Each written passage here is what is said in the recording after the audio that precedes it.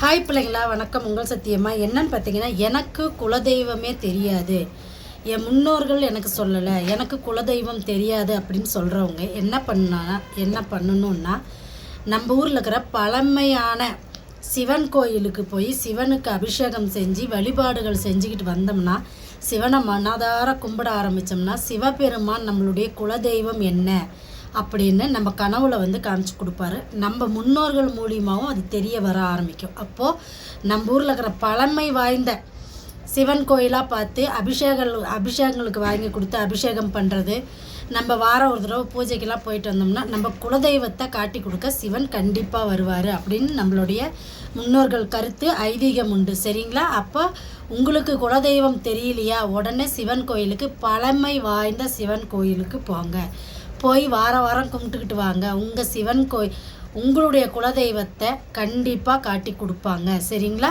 ஓம் சக்தி, அங்காள சக்தி. நல்லதை மட்டும் நினைப்போம், நல்லதே நடக்கும்.